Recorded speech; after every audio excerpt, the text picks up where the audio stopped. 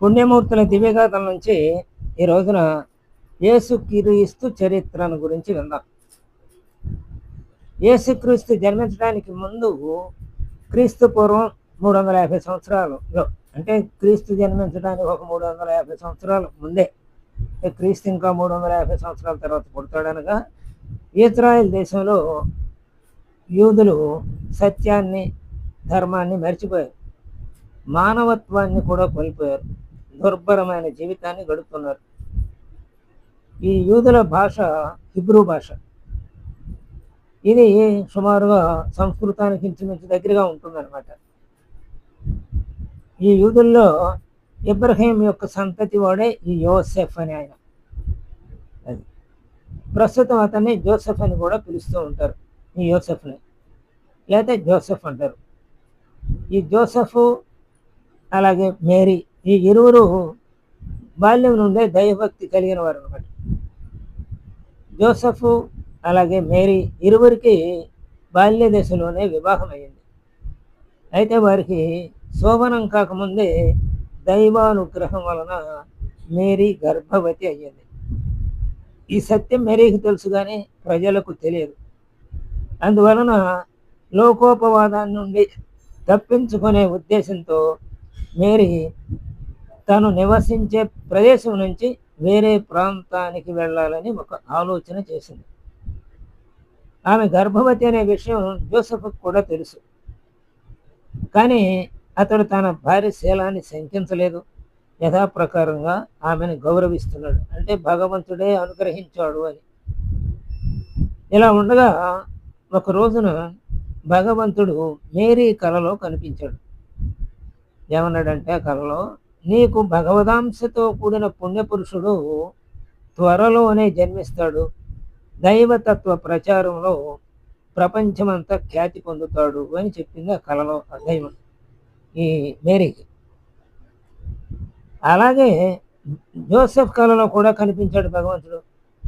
నీ భార్య పరిశుద్ధ ఆత్మరాలే, ఆమెకు జన్మించే బాలుడు మానవ కళ్యాణం కోసం పాటుపడతాడు, నీకు మంచి కీర్తి ప్రతిష్టలు తెస్తాడు అని చెప్పి జోసెఫ్ కలలో కూడా కనపడి చెప్పాడు భగవంతుడు. జోసెఫ్ మేరీ ఇద్దరు కూడా కలలో వారికి భగవంతుడు చెప్పిన దివ్య వాక్కులను నమ్మారు. అయినా లోకాపనిందకు వెరవక నిర్భయంగా మరియు అన్యోన్యంగా ఉన్నారు. భార్య యొక్క నీతి నిజాయితీని గ్రహించిన భర్త ఆమెను ఎప్పుడు కూడా పల్లెత్తు మాట అనలేదన్నమాట. అయినా లోకులు పలు కాకులు కదా, ఊరుకుంటారా? అందువలన జోసెఫ్ ఏం చేశాడంటే ముందు జాగ్రత్త వహించాడు. తన భార్య నిండు చోళాలుగా ఉన్నప్పుడు లోకోపనింద నుంచి తప్పించుకోవడం కోసం తన భార్యని తీసుకొని రహస్యంగా యూదు దేశంలో ఉన్న బెత్లెహేముకి వెళ్ళాడు. ఆ ఊరి పేరు ఏది? యూదు దేశంలో ఉన్నది బెత్లెహేము. అక్కడ ఒక పశువుల చావడిలో ఉంచాడు ఈమెని, అంటే మేరీని. అనతి కాలంలోనే మేరీ ఆ పశువుల చావిడిలోనే ఒక మగ శిశువుకి జన్మనిచ్చింది. ఆ బాలుడు చాలా తేజస్సుతో ఉన్నాడు, దేదీప్యమానంగా వెలుగుతూ కనిపించాడు అన్నమాట. ఆ బాలుడు పుట్టిన తరువాత తత్వజ్ఞానులు కొందరు తూర్పు దేశం నుండి యెరూషలేముకు వచ్చారు. తూర్పు దేశాలంటే మనవి, బహుశా భారతదేశం, ఇలాంటి భారతదేశం నుంచి వెళ్ళి ఉంటారు జ్ఞానులు. యూదుల రాజు అవతరించాడు, వారు ఎక్కడా అని అడిగారు అనమాట. ఇక్కడి నుంచి వెళ్ళినటువంటి వాళ్ళు తూర్పు దేశం నుంచి వెళ్ళినటువంటి జ్ఞానులు అలా ప్రశ్నిస్తూ చుట్టుపక్కల వారందరినీ అడుగుతున్నారు. కానీ హేరోదు రాజు మరియు యూదు దేశపు ప్రజల పాలిటి యముడని తలించి మిక్కిలి భయపడ్డారు. అంటే అక్కడ హేరోదు రాజు అంటారు, హేరోన్ అంటారు, హేరోదు అంటారు. అలాగే ఆ ప్రాంతానికి రాజు అనమాట. అలాగే అతను ప్రజలను కూడా సరిగా చూడాల. అందుకని మొట్టమొదటి చెప్పుకున్నాం కదా, 350 సంవత్సరాల క్రితం పుట్టడానికి ముందు దుర్భర జీవితం, మానవత్వాన్ని, సత్యాన్ని, ధర్మాన్ని మరిచి, మానవత్వాన్ని మరిచి అక్కడ ప్రజలు జీవిస్తున్నారని.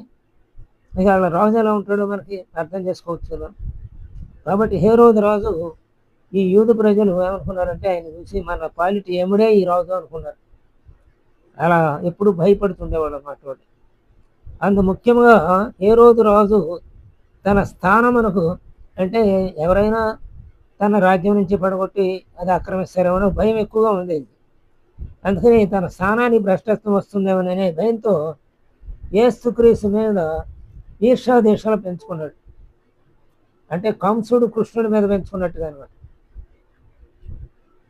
అతన్ని హతమార్చడానికి పన్నాగం పన్నాడు. యేసుక్రీస్తు జన్మించినప్పుడు ఆకాశంలో మహా తేజస్సు గల నక్షత్రం ఒకటి కనిపించింది.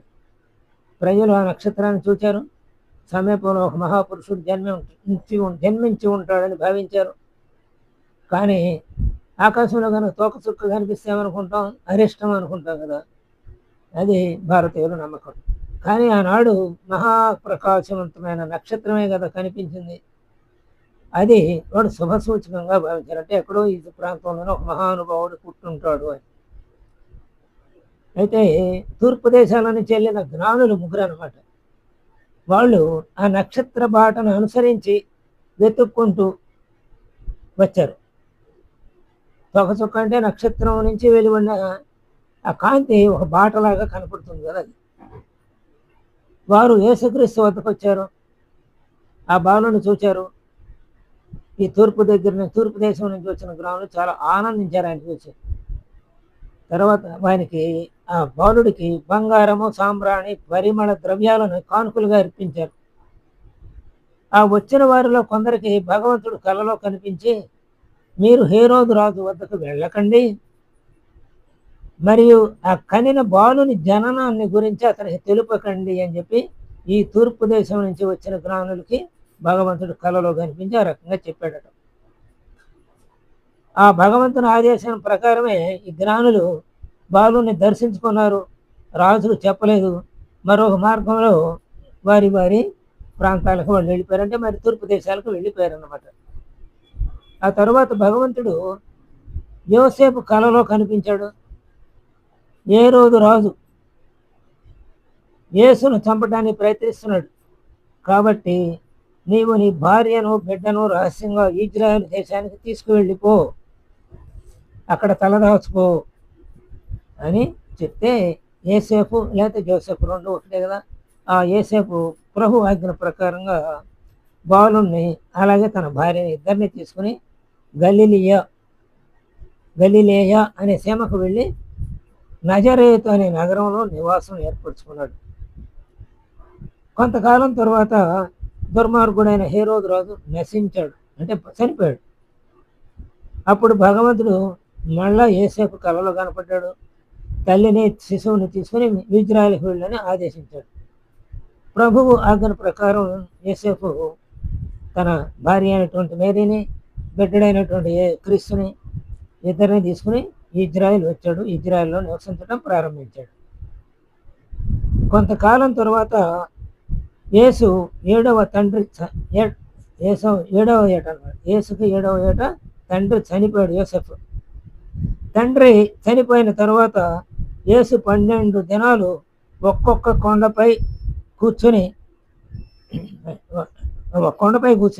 12 దినాలు ఒక కొండపై కూర్చున్నాడు, ధ్యానం చేశాడు. అప్పుడు అతనిలో ఒక జ్ఞాన జ్యోతి వెలిగింది. యోసేపు దావీదు వంశంలోని వాడు. తర్వాత ఆ తండ్రి చనిపోగా నేను తల్లి చనిపోయిందన్నాను కదా పొరపాటున, తండ్రి చనిపోయాడు అనమాట. తల్లే పెంచింది, యేసును అల్లారు ముద్దుగా పెంచింది మేరీ. తర్వాత బెత్లెహేము గ్రామ సమీపంలో యేసు జన్మించినప్పుడు గొర్రెల కాపరులు గొర్రెలు మేపుతుంటే వారికి ఎవరో మహాపురుషుడు జన్మించినట్లుగా తెలిసింది. వారు తక్షణమే పరుగున వచ్చి పశువుల చావుడిలో బాలుడిగా ఉన్నటువంటి ఈ దివ్య పురుషుని చూచి పరమానంద భరితులయ్యారు. యేసు మొట్టమొదట నేను దేవుని కుమారుణ్ణి అన్నాడు. తర్వాత నేను దేవదూతని అన్నాడు. తర్వాత నేనే దేవుణ్ణి అన్నాడు. యేసు కరుణామయుడు, ప్రేమస్వరూపుడు, అలాగే పేదలంటే అమితమైన ప్రేమ వాత్సల్యం చూపేవాడు అన్నమాట. అతడు శరణాగత రక్షకుడు. ఒక రోజున జెరూసలంలో గొప్ప తిరునాళ్ళ జరిగింది. యేసుక్రీస్తుని వెంట పెట్టుకుని తల్లి వెళ్ళింది. అంటే చిన్నప్పుడు కదా ఇద్దరు ఉన్నారు, అంటే 7 ఏళ్ళకు ముందే అనమాట. యేసుకి 7 ఏళ్ళు అప్పుడు కదా తండ్రి చనిపోయింది. అంటే 7 ఏళ్ళు రాకముందే తిరునాళ్ళకి తీసుకెళ్లారు యేసుని తల్లిదండ్రులు. అక్కడ అనేక వేల మంది ఆ ప్రజలు తిరునాళ్ళలో ఉన్నారు. ఆ జనసమూహంలో జీసస్ తప్పిపోయాడు. అతని తల్లిదండ్రులు కుమారుని గాంచగా మిక్కిలి భయపడ్డారు. నిర్దోషులను మరియు భగవద్భక్తులను దండించకూడదని పలు ప్రాంతాల్లో వెతికారు, కానీ వారికి ఎక్కడ కనపడల. భయాందోళనతో భగవంతుని పదే పదే మనసులో తలుచుకున్నారు, ప్రార్థించారనమాట. మా బాలుడు కనపడితే బాగుండు, భగవంతుడా మాకు అనుగ్రహించు అని కోరుకుని ఉంటారు. చివరికి బాధపడుతూ భగవస్మరణ చేసుకుంటూ సమీపంలో ఉన్న దేవాలయానికి వెళ్ళారు. అక్కడ పూజారి భగవంతుని గురించి భక్తులకు చక్కగా వివరిస్తున్నాడు. జీసస్ దేవాలయంలో ఒక మారుమూల ప్రదేశంలో కూర్చున్నాడు.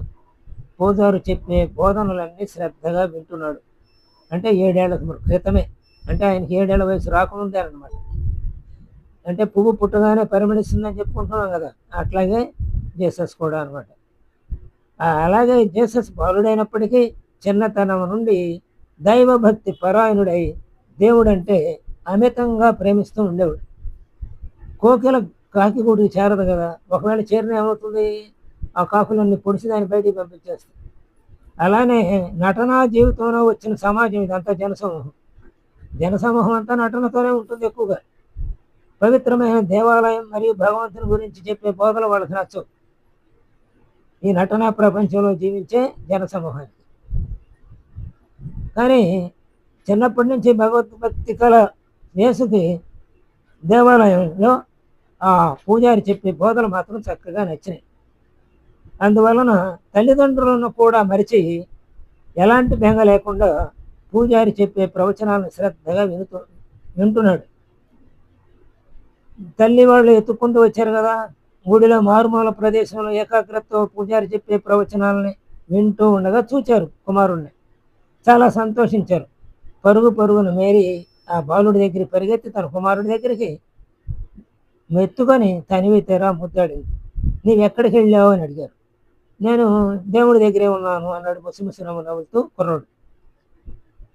అంటే ఆ మాటల్లోని పరమార్థం పిల్లల తల్లిదండ్రులకి అర్థం కాలేదన్నమాట. అంటే నేను ఎప్పుడు నా మనసు దైవము ఎందే లగ్నమై ఉంటుంది అని చెప్పాడు అనమాట. తర్వాత యేసు బాప్తిసం తీసుకున్నాడు. ఈ బాలుడు నా ప్రియ కుమారుడు, ఇతని ద్వారా మేలు చేకూరును అని ఆయన బాప్తిజం తీసుకున్నప్పుడు ఆకాశవాణి పలికిందట. ఈ ఆకాశవాణి పలుకుల్ని వేదవాక్కుగా స్వీకరించారు. తర్వాత యోహును ప్రజలకు హితోపదేశం చేస్తుండగా కొందరు అతని ధర్మసూక్తులను వ్యతిరేకించారు, తిరగబడ్డారు. చివరికి యోహును కొంతకాలం చెరసాల్లో కూడా పెట్టారు. యేసు ఈ విషయం తెలుసుకున్నాడు, యోహుని చెరసాల్లో పెట్టిన విషయం. గలిలియా దేశానికి వచ్చి తన మహిమలను చూపాడు. అక్కడి ప్రజలను సంభ్రమాశ్చర్యాలతో ముంచెత్తాడు. అయినా దుర్మార్గులు, మూర్ఖులు భగవంతుని మహిమలను తెలుసుకోవటానికి ప్రయత్నించరు కదా, అలాగే ఆ మహిమల్ని విశ్వసించరు కూడా. అలా వీళ్ళు విశ్వసించలేదన్నమాట కొంతమంది. యేసు వద్ద 12 మంది శిష్యులు ఉన్నారు.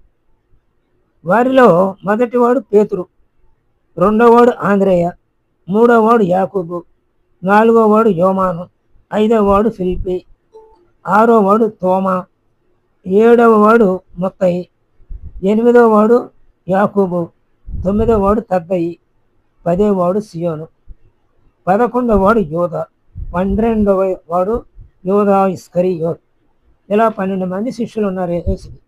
అంటే ఆయన ఆ తండ్రి చనిపోయిన తర్వాత 12 దినాలు కొండ మీద కూర్చొని తపస్సు చేస్తే ఆ 12 దినాల్లోనే ఆయన జ్ఞానోదయం అయింది కదా, అందుకని బోధలు మొదలెట్టాడు కాబట్టి ఆయన పక్కన జనం చేరారనమాట. అందులో ఈ 12 మంది శిష్యులు ఉన్నారు. ఈ 12 మంది శిష్యుల ద్వారా ఏం జరిగిందో తర్వాత తెలుసుకున్నాం రేపు. స్వస్తి.